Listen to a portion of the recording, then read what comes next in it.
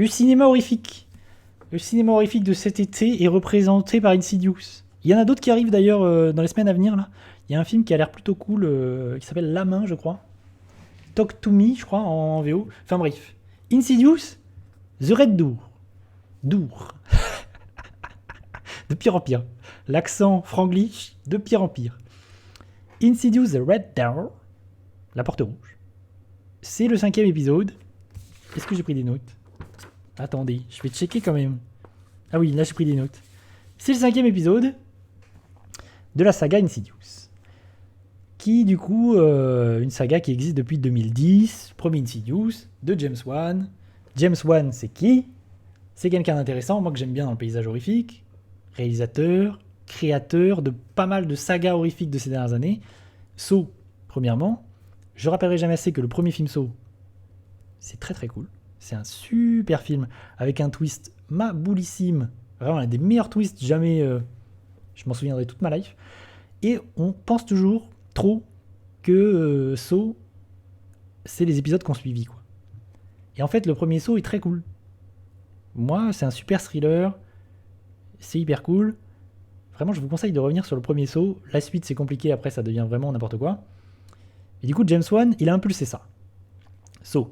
Ensuite, il a impulsé aussi Conjuring. Tout le phénomène Conjuring, tout l'univers Conjuring, c'est lui aussi. Conjuring 1 et 2, c'est lui. J'aime beaucoup moins que Conjuring, The Conjuring. Vraiment, je suis pas hyper fan. Et il a aussi impulsé Insidious. La saga Insidious, c'est lui aussi. Il a réalisé le 1, le 2. Et ensuite, c'est pas lui sur les épisodes qui suivent.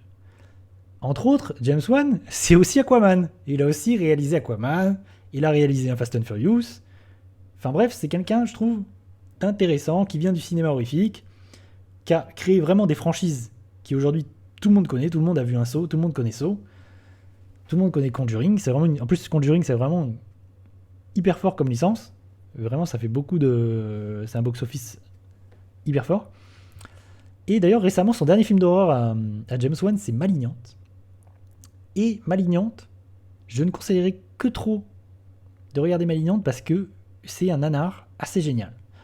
Malignant, c'est vraiment un film d'horreur foufou, vraiment où James Wan il fait n'importe quoi. Vraiment, c'est ça qui est génial avec James Wan, c'est que il sait faire des films d'horreur, il sait faire peur, il sait comment faire peur, il a la mécanique vraiment de comment faire peur aux spectateurs. Et en même temps, il fait des dingueries, il fait des trucs de mise en scène complètement fous avec des budgets. Malignante, c'est un budget dingue, tu sais pas pourquoi. Enfin, Malignante, c'est quand même dingo. Il faut que je revienne sur ce film un jour parce que vraiment, c'est un nanar ubuesque. C'est un nanar fabuleux. J'adore le film, mais c'est un vrai nanar. C'est vraiment débile. Avec un scénario débile. James Wan, c'est aussi parfois des scénarios absolument débiles. Par exemple, c'est lui aussi qui a impulsé Megan récemment. C'est lui au scénario. Et Megan, c'était pourri. Mais ça aurait été lui, le réalisateur, peut-être que ça aurait été cool. En vrai, Saw 6, c'est le seul. Mais tu sais quoi, en fait, il y en a tellement des Saw que je sais plus le différencier entre, tu vois, à partir du 2, pour moi, je sais plus les différencier. Je les ai tous vus, mais je sais plus lequel est lequel. Hormis le 1, que j'aime beaucoup, le reste, c'est vraiment... Ah si, quoique le 1 et le 2. Le 2 aussi, il y a des choses intéressantes dans le 2. J'en ai aucun souvenir. Mais Saw, c'est parti dans tous les sens. Hein. Vraiment, Saw, c'est devenu n'importe quoi. Du trash pour du trash, du gore pour du gore. Le dernier épisode, il est éclaté. C'est Spiral, le dernier épisode. C'est horrible.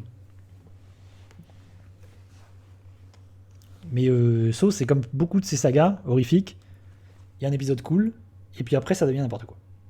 Et Insidious, bah, j'ai le même ressenti. J'ai exactement le même ressenti. Parce qu'Insidious en 2010, c'est très cool. Moi, j'ai très bons souvenirs du premier Insidious.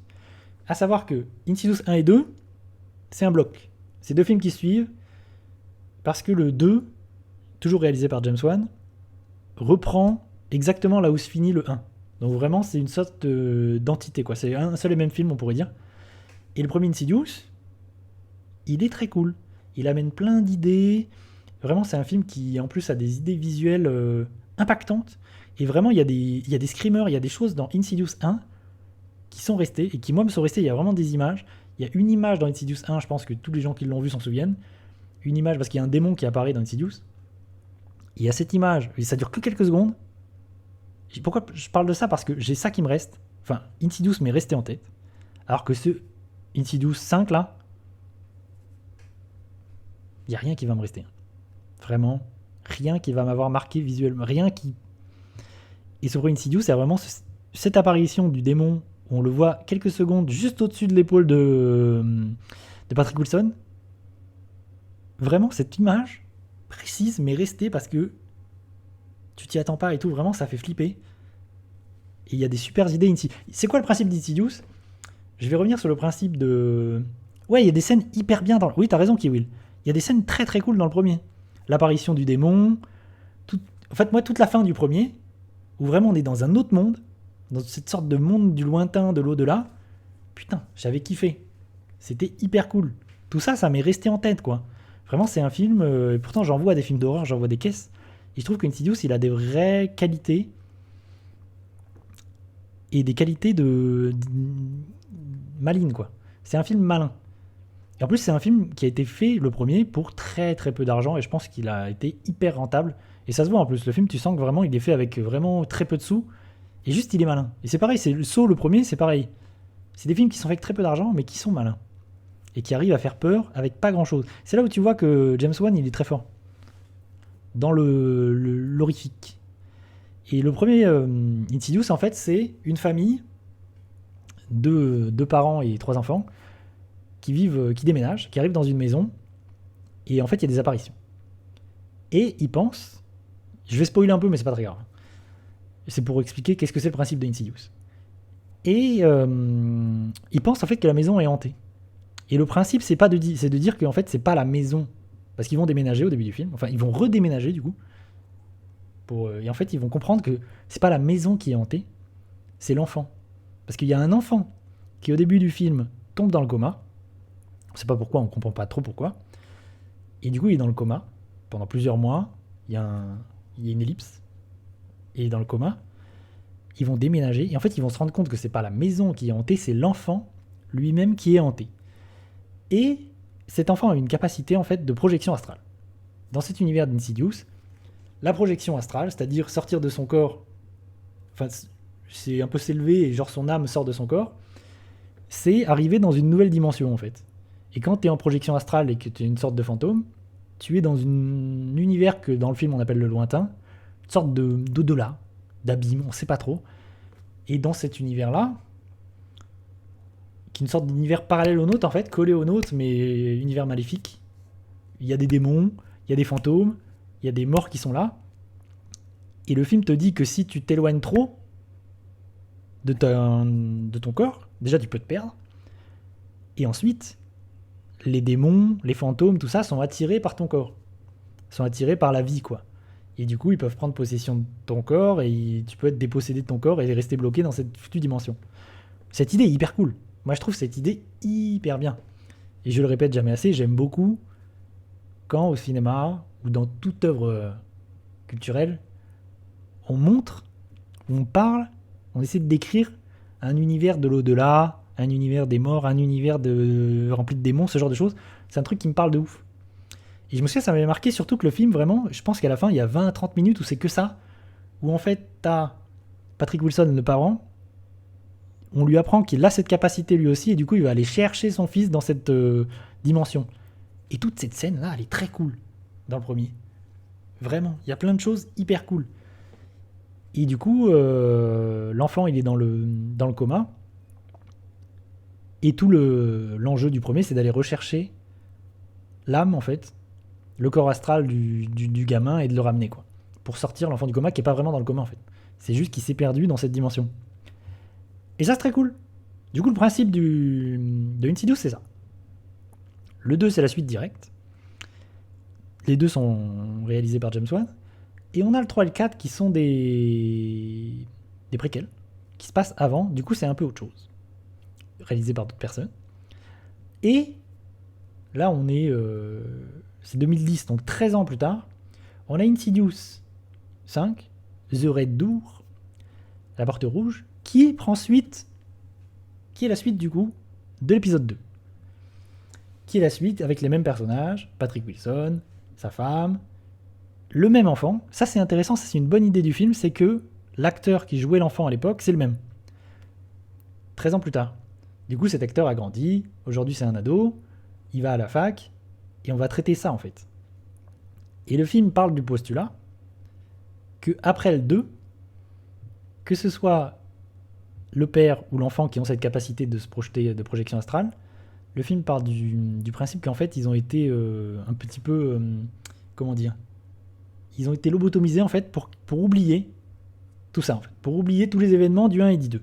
Du coup, on prend dans l'épisode 5 ces personnages alors qu'ils ont oublié et on les a forcés à oublier tous ces événements donc ils se souviennent plus pour préserver leur santé mentale quoi, pour voilà. D'eux-mêmes, ce chemin a été fait quoi. Et du coup, on reprend le 5. C'est un petit peu rebelote. C'est ça qui est un peu dommage, je trouve, avec cet épisode 5. C'est que ces personnages ont oublié. Donc, il va y avoir tout un cheminement de l'enfant qui se rend compte qu'il se passe des trucs bizarres, qui vit des trucs chelous, mais il sait pas pourquoi. Et du coup, il fait tout un cheminement dans sa mémoire, dans son passé. Le daron, pareil, parce qu'entre-temps, il a quitté sa femme, il est divorcé, nanani. Et du coup, pareil, il a des trucs bizarres, et du coup, il va refouiller dans le passé pour essayer de comprendre, et pour essayer de revenir, en fait, sur... Paf, on a été dans ce monde, on a ces capacités de projection astrale, tatati, tatata, on est capable d'interagir, de rencontrer des démons, les démons peuvent venir à nous, patati patata. Et du coup, le film, on va suivre cet adolescent, qui est le même enfant du coup. Et ça, c'est un truc qui m'a un peu plu, parce que j'aime pas le film. Vraiment, le film, je le trouve un peu nul, je le trouve pas bien. Je trouve qu'il a pas d'utilité dans cette saga quoi. Je me dis pourquoi faire une suite pour faire un peu la même chose en plus, en moins bien. Il y a un truc que j'ai pas dit, c'est que c'est Patrick Wilson qui réalise le film, l'acteur qui joue le père dans toute la saga, et que c'est sa première réalisation. Du coup, on est sur un premier film d'un acteur, et c'est intéressant. Toujours les premiers films, c'est intéressant, mais tu sens qu'il a appris aux côtés de James Wan, qu'il a appris, voilà, tu sens qu'il a demandé à son pote comment faire peur, mais que c'est jamais aussi efficace que le 1 ou 2, quoi, et que franchement, tu sens que c'est pas terrible, hein. Et quand on te balance des screamers, en veux-tu, en voilà. Franchement, le film, c'est des screamers un peu nuls, et dès qu'on va aller dans la dimension du lointain, dans la dimension de l'au-delà, franchement, c'est nul. À chaque fois, j'étais là, c'était vachement mieux représenté dans le 1. C'était vachement plus flippant dans le 1. Le démon, c'est pareil. Le démon, c'était plus flippant. Les apparitions du démon dans le 1, c'est vachement plus flippant. Là, ça fait un peu pitié. Dès que le démon, il arrive, ça fait un peu pitié. C'est un peu nul. C'est jamais très impressionnant. C'est un peu claqué. Et ça m'a fait... Ça, je trouve ça trop dommage, parce que moi, ce que j'avais envie de voir, vraiment, et c'est pour ça que le 1, je l'aime bien, c'est que le 1, putain, il te prend 30 minutes, t'es dans une autre dimension. Tu suis des mecs dans des dimensions cheloues, avec des démons. Et en plus, tu sens qu'il n'y a pas de sous, donc c'est fait avec pas grand-chose, mais ça fonctionne. Et là, j'avais envie de voir ça, quoi. Moi, j'avais envie de revoir, vas-y, va approfondir, va plonger dans cette dimension, va me faire flipper, va aller dans cet au-delà, vas-y, je veux voir des trucs. Et je trouve que le film passe complètement à côté. Je trouve que... dommage. Je disais donc, pour revenir sur le scénar, que cet enfant, cet adolescent, du coup il rentre à la fac, c'est comme ça que le film débute, il rentre à la fac et il y a un truc qui m'a plu, c'est que il est en art plastique. Il est en fac d'art. En France, il serait en art plastique. Et du coup, c'est un artiste et il dessine des trucs et tu sens qu'il dessine des trucs en rapport avec ses visions de cet univers-là. La porte, les démons, les machins. Et du coup, tout ça va le ramener vers ses souvenirs. Et il y a une prof, ça j'aime bien cet aspect où il fait de la peinture, il est dessinateur, tout cet aspect vis-à-vis de l'art et de l'artistique, j'aime bien ça. Mais je trouve que c'est un peu mal exploité, mais ça a le mérite d'être là. Et il y a une prof qui va lui dire au début du film, vas-y, il faut piocher au fond de toi, il faut piocher dans tes souvenirs, dans tout ce que tu as vécu, nanani. Et du coup, c'est ce travail-là d'étudiant en art qui va le faire revivre des trucs en fait, qui va le faire refouiller dans ses souvenirs et qui va le faire dessiner en fait la porte rouge. Parce que il y avait un truc qui tourne autour de... Il fait une peinture d'une porte, la porte rouge, qui est une porte de l'au-delà, là. Une porte de cet univers, qui mène à cet univers. et qui est dans cet univers, quoi. Et en fait, voilà, petit à petit, il va continuer à dessiner sur cette porte et tout, il va faire apparaître des choses. Et petit à petit, il va fouiller dans sa mémoire, il va se rendre compte, parce qu'on lui a dit qu'en fait, pendant un an, il est resté dans le coma, ce qui est pas vrai. Et du coup, il va essayer de retrouver ces choses du passé. Mais le problème, c'est que c'est un cheminement que tu as déjà fait dans les premiers films. Et du coup, si tu as vu les deux premiers, bah tu sais. C'est ça le problème. C'est qu'en fait, tu sais qu'en fait, ils vont retomber sur cette histoire de oui, nanani, je peux me projeter, la projection astrale, que les deux l'ont vécu, que les deux peuvent le faire, que les deux peuvent voyager. C'est un peu chiant. Franchement, les 30-40 premières minutes, si tu as vu les deux premiers, bon, tu sais où ça va. Ouais, mais franchement, je déconseille. Vraiment, revoyez le premier, le 2. Franchement, je trouve. Moi, j'étais vraiment déçu. Alors que j'aime bien Insidious. Vraiment beaucoup plus que Conjuring, par exemple. Et je trouve que c'est.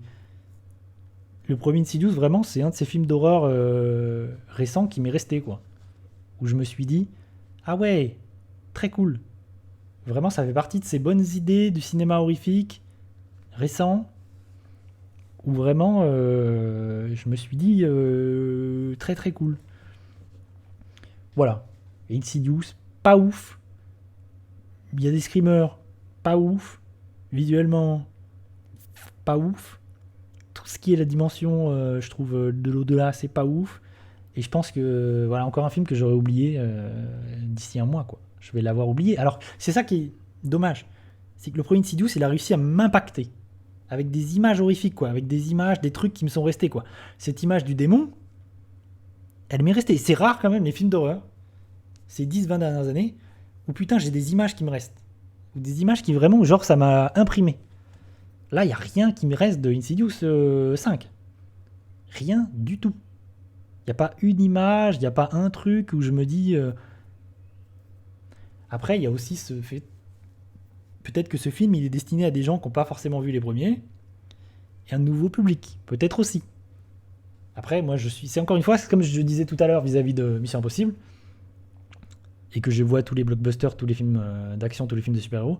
Là, c'est pareil. Les films d'horreur, je les vois. J'en vois des paquets. J'en vois un paquet, je les vois tous ou presque. Et du coup, bon, j'en ai vu des vertes et des pas mûres et que là, cette année, il n'y a pas grand-chose qui m'a fait vibrer.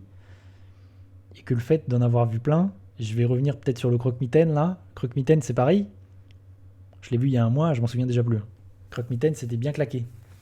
Mais j'ai qu'une envie, moi, c'est d'être marqué par des idées. En fait, j'ai qu'une envie, c'est de retrouver un Insidious 1 où je me dis putain, il y a une idée là. Il y a une idée frappante, il y a un imaginaire, il y a toute une mythologie, parce que tu te dis, ok, ça crée toute une mythologie, quoi. Ça crée tout un truc, tu te dis, ok, il y a une dimension, la projection astrale, tatati, qu'est-ce qui vit dans cette dimension? Il y a des démons, les démons ils viennent, est-ce que les démons peuvent prendre possession? Ouais, patati, tatata, cool.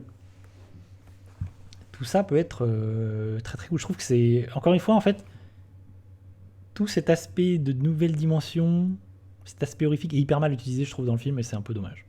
Tout ça pour faire des screamers, quoi. Parce que vraiment, on te balance des screamers, allez, chut, joyeusement, et puis basta. Mais après, c'est pas nul à chier. Ça, c'est un truc. Parce que j'en ai vu des films d'horreur nuls à chier cette année. Hein. Je sais plus, je peux en citer. Hein. Le Croque-Mitaine, c'était pas ouf.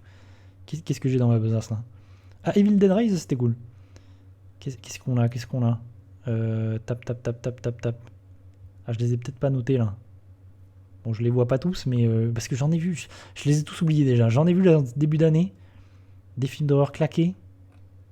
J'en ai vu, mais je m'en souviens déjà plus. Ah oui, il y a ça là. The Offering. Ah, je sais plus c'est quoi le titre français, mais ça c'était bien de la merde. J'en ai vu quelques-uns. Ah, Scream. Scream, c'était bien de la merde aussi. Enfin bref. On en a vu. Du coup, comme j'étais sur Insidious et que j'étais sur du cinéma horrifique, bon, je conseille pas ce Insidious, même si je pense que c'est un film qui va marcher. Très probablement cet été, je pense que c'est le film d'horreur de l'été. Il y en a qui arrivent d'ailleurs dans les semaines à venir. Là. Des films qui ont l'air intéressants, d'autres beaucoup moins. Et j'avais envie de dire un mot du Croque-Mitaine, ça c'est pareil, je l'ai vu il y a un mois, donc je m'en souviens à peine, mais je vais en dire deux mots, histoire d'en dire deux mots, histoire de dire que c'était pas ouf. Qu'est-ce que c'est que le Croque-Mitaine? Ah oui, déjà une affiche plutôt cool. minimaliste. Ça, c'est plutôt cool. Qu'est-ce que c'est que le croque-mitaine ? Très rapidement, j'ai trouvé ça vraiment pas ouf. Mais c'est l'idée de prendre le croque-mitaine, en fait, cette mythologie, cette légende du croque-mitaine, et de dire oui, le croque-mitaine existe, oui, le monstre dans le placard existe, il est là et il va manger les enfants. Et c'est ça le film, en fait. Vraiment, c'est tout bête.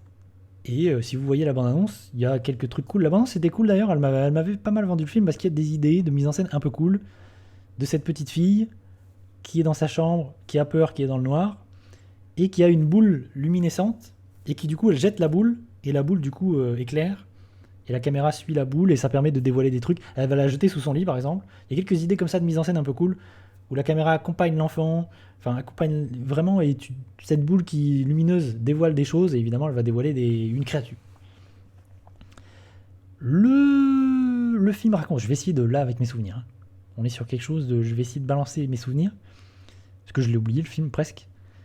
C'est que on suit un papa et ses enfants, je crois que c'est 2 filles, et la mère est morte me semble-t-il. Du coup le papa est un peu désemparé et un peu du mal à éduquer ses 2 enfants. Il y en a une ado et une enfant, une jeune quoi qui a moins de 10 ans, et une adolescente un peu rebelle, un peu revancharde. Et un jour il y a quelqu'un qui va arriver, enfin, il est psy, le mec est psy. Il y a quelqu'un qui arrive chez lui désemparé, dépressif, voilà, et il va raconter que toute sa femme a été tuée. Enfin, toute sa femme, qu'est-ce que je raconte ? Sa famille a été tuée, ses enfants ont été tués, et en fait, il va dire, une créature a tué mes enfants, voilà, et le mec va se suicider littéralement chez lui. Il va se suicider littéralement chez le psychologue, chez la famille qu'on va suivre. Et du coup, on peut s'imaginer qu'en faisant ça, du coup, lui, il a vécu le croque-mitaine. Le croque-mitaine a tué ses enfants. Et on peut imaginer qu'en fait, il y a une passation de... Il a passé le croque-mitaine dans cette maison, en fait. On peut s'imaginer ça. Que cette créature a été, du coup, est partie de lui pour arriver dans cette maison. Et du coup, elle est dans cette maison et elle va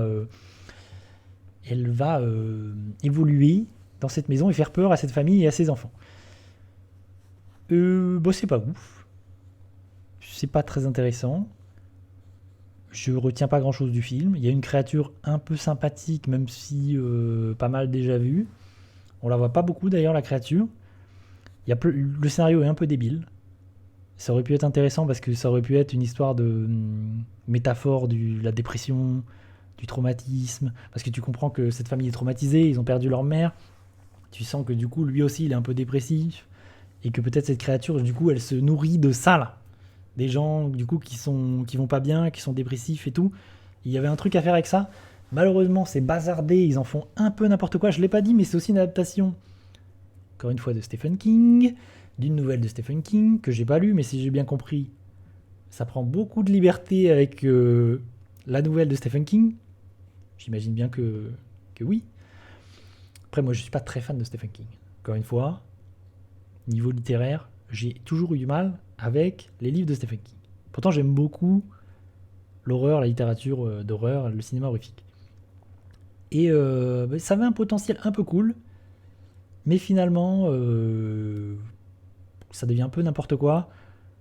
La créature aussi, elle apparaît. Il y a un truc avec les ténèbres, le noir. Du coup, le film passe son temps à faire en sorte que les gens soient dans le noir, que la lumière fonctionne pas, l'électricité fonctionne pas, nanani, nanana. Et il y a plein de trucs où ça crée des incohérences, parce que du coup, il faut que ce soit dans le noir, il faut que la créature, elle soit dans le noir, et il y a plein de trucs débiles.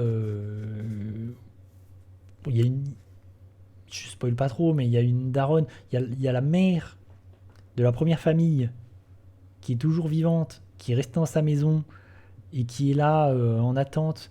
Genre, elle est devenue. Elle est là posée avec son fusil. Elle attend, elle essaie de choper le croque-mitaine. Ça n'a aucun sens, ce personnage n'a aucun sens. Tu sais pas pourquoi le croque-mitaine apparaîtrait encore dans sa maison à elle, alors qu'elle apparaît dans l'autre maison. Tu comprends pas les règles de la créature, de cet univers. T'as la gamine qui va dans cette maison.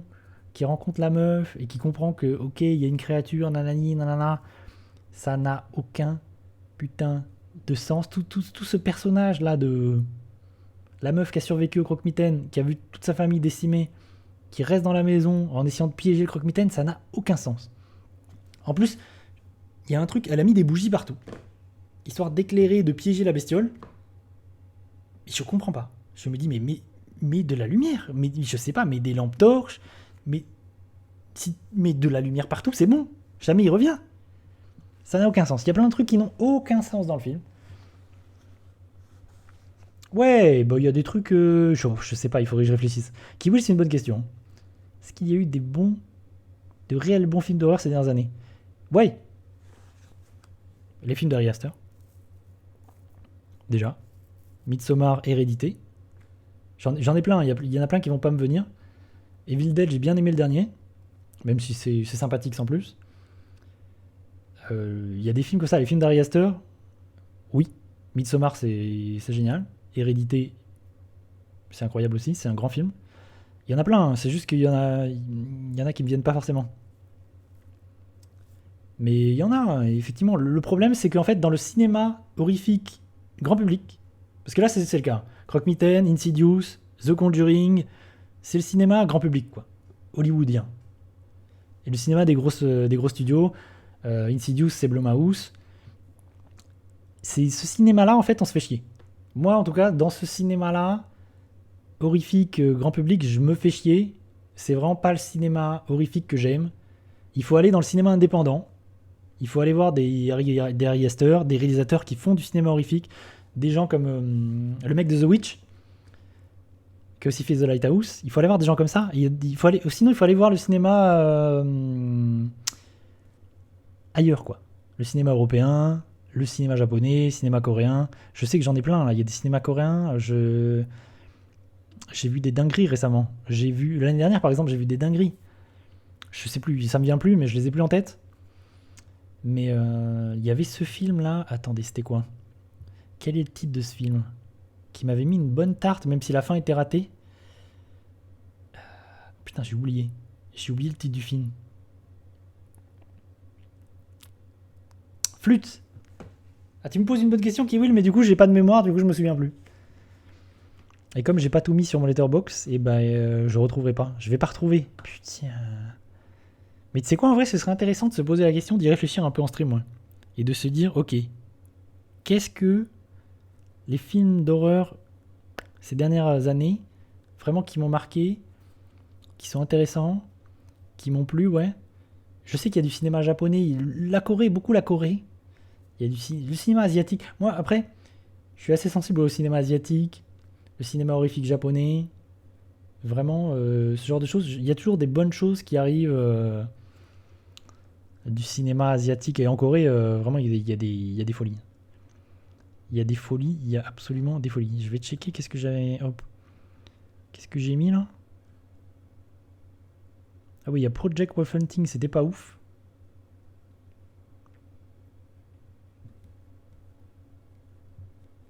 Oh! C'est gentil, hein. Ah oui, il y avait Infinity Pool cette année. C'était pas mal du tout, hein. C'était pas mal du tout. Ça, c'est fou, je me souviens plus de ce film là.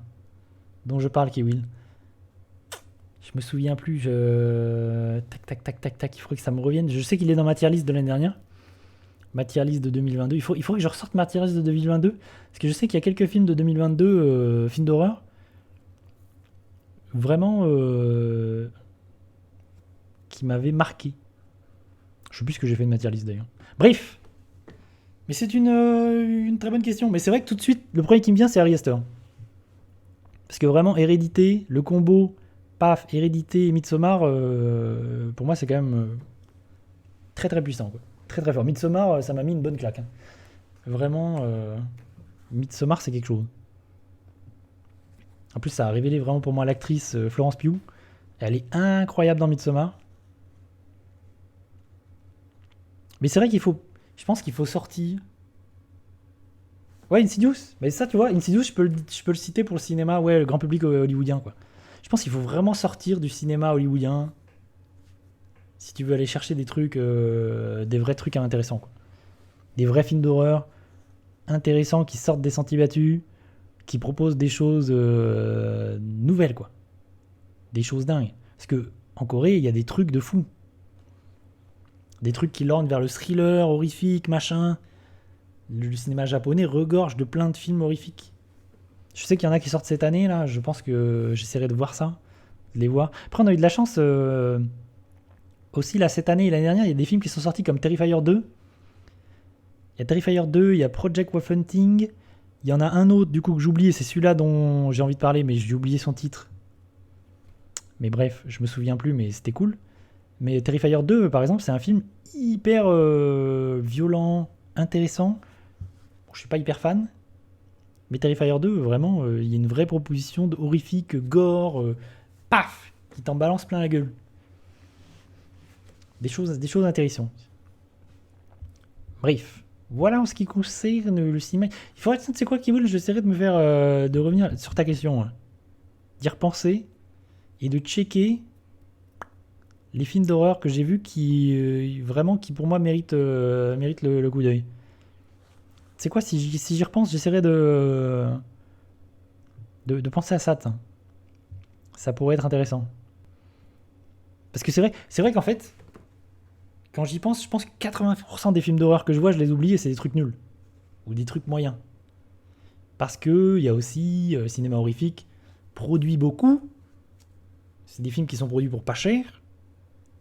Du coup, c'est des films qui sont vite rentables aussi. Mais c'est des films où il y en a des tonnes, c'est de la merde, quoi. Vraiment, beaucoup, il y a aussi beaucoup de suites de sagas, genre tout ce qui est Scream, Halloween, Nanani, j'en passe, c'est des meilleurs. Franchement, en plus, c'est des trucs, Hellraiser, toutes ces suites là, moi j'en peux plus. Plus souvent, c'est des trucs bien nuls. Sur les derniers Scream, c'était bien nul. C'était bien décevant. Ça fait de la peine. Voilà en ce qui concerne. Mais le cinéma horrifique de cet été, et je sais qu'il y en a qui arrivent là que j'irai voir. Là, je disais La Main tout à l'heure, ouais, Talk to Me, je crois. La bande-annonce m'a bien plu. Donc ça, j'irai le voir. Et il y en a qui arrivent de toute façon. Le cinéma horrifique, il y en a un peu toutes les semaines, hein, mais souvent c'est des trucs un peu nuls. Mais parce qu'il y en a d'autres que j'ai vus là. Par exemple, je parle du Croque-Mitaine, mais il y en a d'autres que j'ai vus que j'ai oublié, hein. Genre il y a quelques semaines, quelques mois là. Je les ai. Il y en a que j'ai vus, mais que j'ai complètement oublié là. Il y a celui-là là qui s'appelle Flup Flup là. Il est où Il est où Ah, je l'ai perdu. Bon, je le vois plus là dans la liste, mais c'était bien de la merde. C'était bien claqué au sol. Voilà. Sur ce, merci. Où est ma souris? Ah non. Ah, c'est bon.